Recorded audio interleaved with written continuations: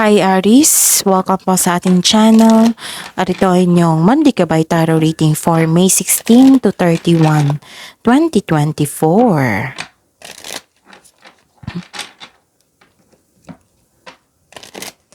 Please be reminded kung naka-resonate kayo, comment down. Kung hindi kayo naka-resonate, ibigay niyo po sa iba kasi general reading po ito.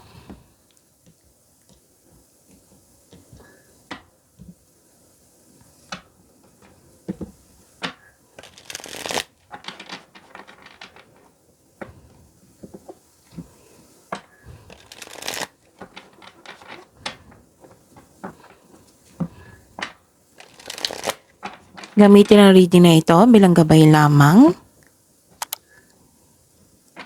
Please like, subscribe, and click bell button for notification para updated po kayo sa daily tarot reading natin. Maraming salamat po.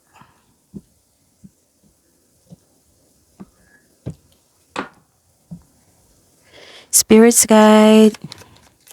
I need 3 cards po, mga ganap ngayong May 16 to 31, 2024 para po kay Aries.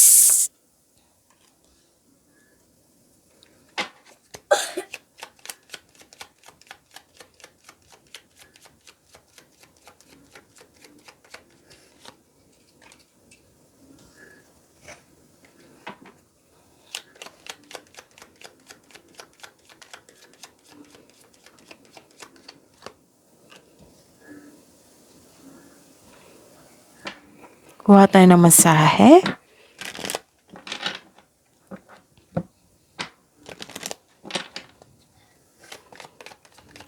Spirits Guides, mga mensahe po para kay Aries. Aries. Oo, kay Aries po.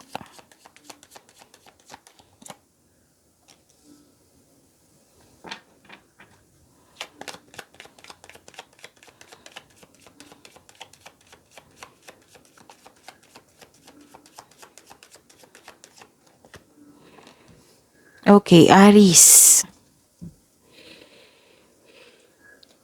Ngayong May 16 to 31, 2024, may nakita ako ditong dalawang card na po tatlong card na pala ang nagsabi dito na may opportunities pong binigay sa inyo. Positive opportunities po. And things going your way kasi may nakita kong good karma dito and you are happy. Nakita ko rin dito na naka-receive kayo ng compliment, pwedeng recognition, nakilala ka sa inyong galing at talino. And nakikita ko dito na nakatadhana talaga to sa inyo kasi may success eh. Tapos itong opportunities na ito, nagbabalanse po kayo, you are making best choices, making best plans para makagawa kayo ng malaking desisyon. Tapos may dumating na naman na opportunity, so maraming opportunity na dumating. Oo, sa May 16 to 31. Kasi nakita ko dito na binigyan mo talaga ng action ito. Agarang action, pwedeng reaction, action. This is movement, okay?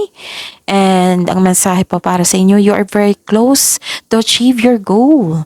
You're very close to achieving your goal. And nothing will come of this situation.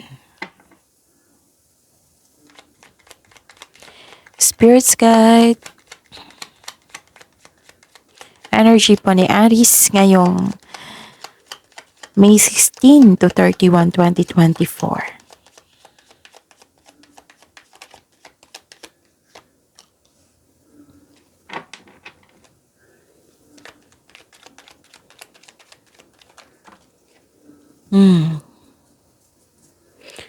By the way, Aries, kaka-upload lang po ng weekly Gabay Tarot reading nyo po. I-check nyo po. And, okay. Abangan nyo po yung monthly Gabay Tarot reading nyo po. Baka next day or next good days, okay? So, para sa June 2024. And sa mga suki ko dito na Aries, na humihingi ng monthly Gabay Tarot reading sa akin, nais kong ipaalam sa inyo na open na po yung June 2024 reading nyo po. So, PM nyo po ako for schedule. At sa mga bago dito na gusto magpa-personal reading, ito po yung video nyo. Sa baba niyan may nakasulat na May 16 to 31 para kay Aries. Sa baba po niyan may nakapost na link. I-click nyo po yan para ma-message nyo po ako for inquiry and for booking, okay?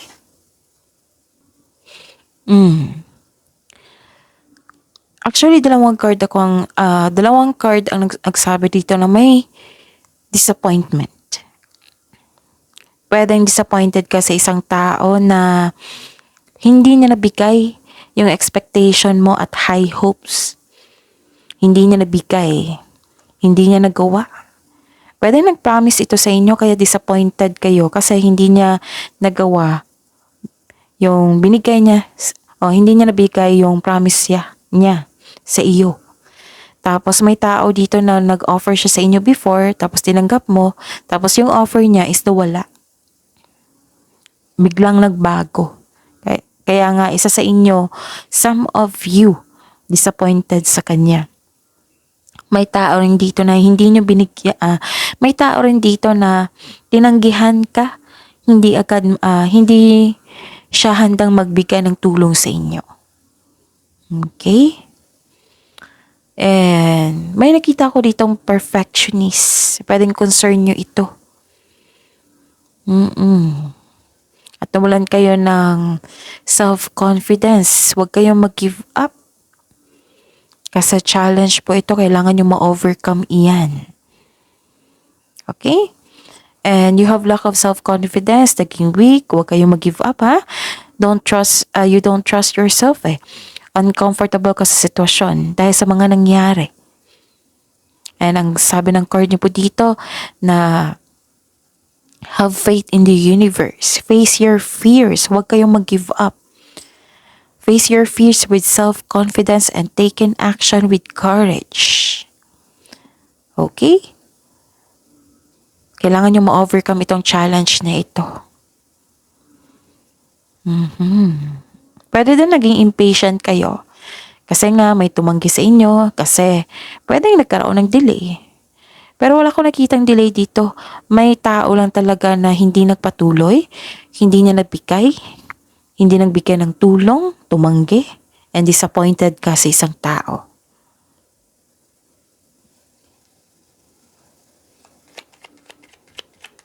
Spirit's Guide, Career and Money po ni Aries. Ngayong May 16 to 31, 2024.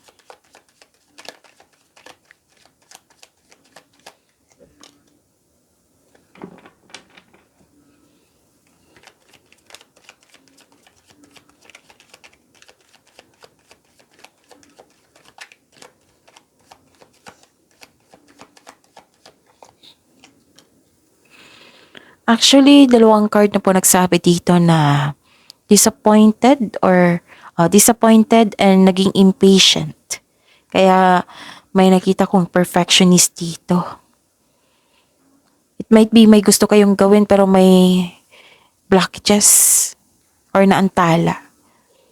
Pero actually, wala akong nakita talagang delay dito. Disappointment lang. Okay? At kailangan ng mahabang pasensya. Maaring kailangan yung magbigay ng pasensya, mahabang pasensya sa isang tao. At may concern dito sa materialism. Nagsabi dito na do not overspend sa kaka-work, nag-overwork kayo or wala na kayong time sa pag-relax. Pwede din, kasi may dalawang message ang card nyo eh. Balanse ng oras at balanse ng kaperahan. Do not overspend. Pwedeng materialism eh. Pwede din na nag-overspend kayo sa trabaho. So, kailangan ng balanse ng oras dito at ang inyong kaperahan. So, check nyo yung kaperahan nyo. Okay?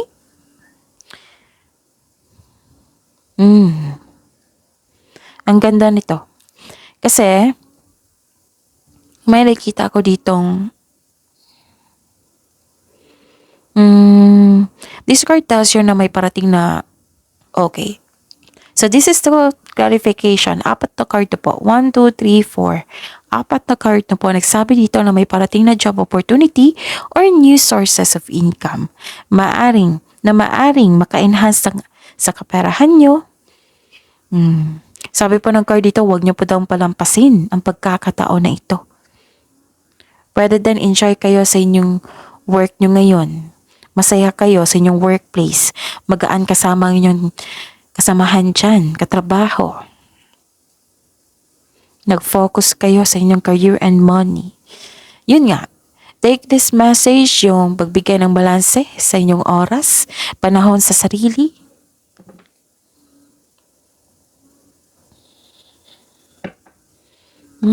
Ano pa?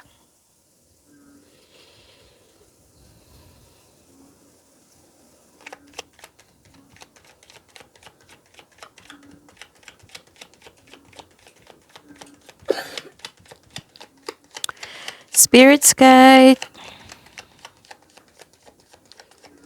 Love life, self-love, partnership, and romance ni Aries. Kailangan talaga ng mahabang pasensya dito.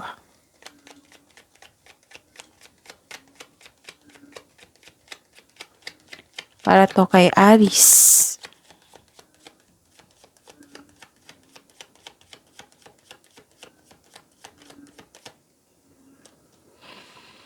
Okay. Okay. Aries, may nakita ko dito na kailangan nyo habaan ng pasensya nyo. Naghihintay ka dito. Pero malapit na ha. Malapit na kayong mag-harvest. Okay? Some of you nagmamadali magkaroon ng relasyon. Sa mga single dyan. Ang sabi po dito na, sabi ng card nyo dito, slow down. Enjoy mo lang yung moment nyo ngayon. Kasi the universe is bringing the right relationship to you at the right time. Kaya konting hintay lang po. And trust and have faith. Mapagpasensya at patuloy mo lang alagaan yung sarili mo habang hinihintay mo itong taong ito na nakatadhana sa inyo. Diba sabi ko sa inyo dito na may maggaganap na nakatadhana. So ito yon. 2 card na po nagsabi dito.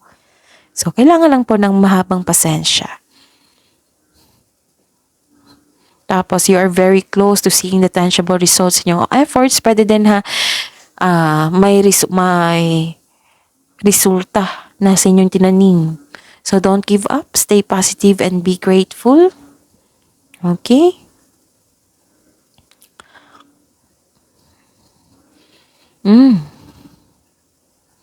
May nakita ko ditong you're releasing your grudges.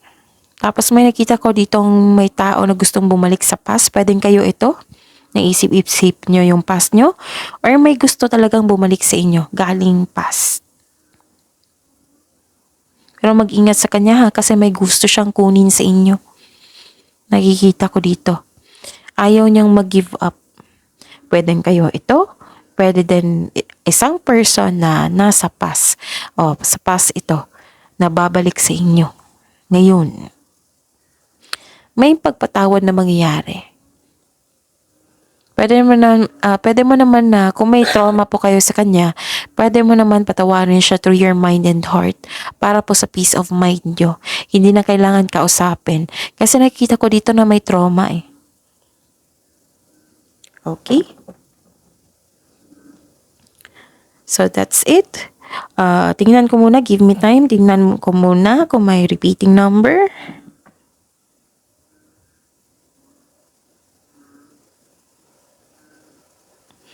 99.